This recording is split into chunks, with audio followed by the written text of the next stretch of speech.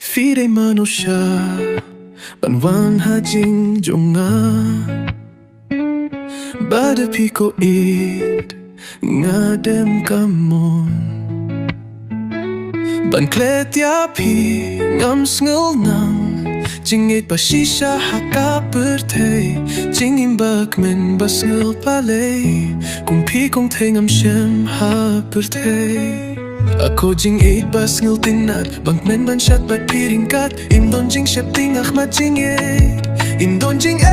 Indon nong yale Bat pi ba it nga suk min sip min siem Jing it ba ngayo ka ba ba pila Panuwang bat pi ba ro shirta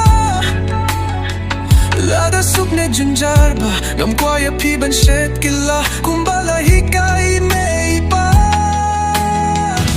Ngan yalam ya pi shat liya ulum Ban bang kilir ba pingar Hang tangin ya kemen ringkat Jing suk habang idon angkat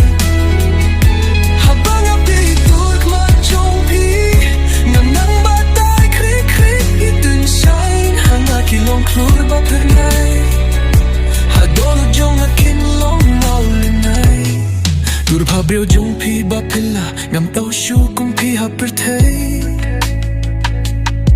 Bapun hunyang amarway Dik dik mun siem kakmen Habang idon ringka Kung de habang ilaya shong Nam don tintien ban kren ban nong Ka donut men siem jong pi Kababa shisha Di ma pi banyay pindap Shilin tarlintik inyay saho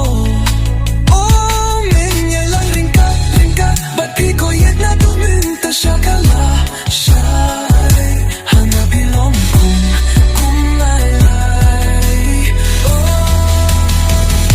Mengalam ya pi siyak liya ulum Ban bang kilir ba pinay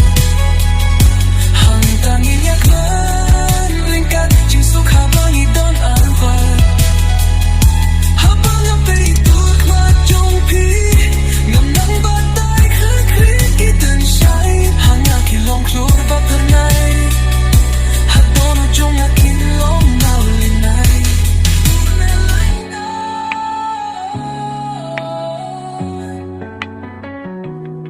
Kobano jong akin long Mawlynai Dur pabreo jong pi ba pila Ngam yo shu kung pi ha pertay Bapin hunyang amarway Dik dik men siem kakmen Habang idon ringkat